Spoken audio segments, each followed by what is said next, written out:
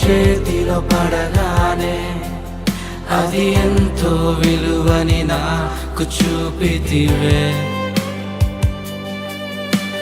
జీవమే లేని నాలోని జీవమును నింపుటకు నీ జీవితాన్నే తారబోసితివే. నీది శాశ్వత ప్రేమయ నేను మరచిపోలేనయా. ఎన్ని యుగాలైనా మారదు. ఎండిన ప్రతి మోడును మరలా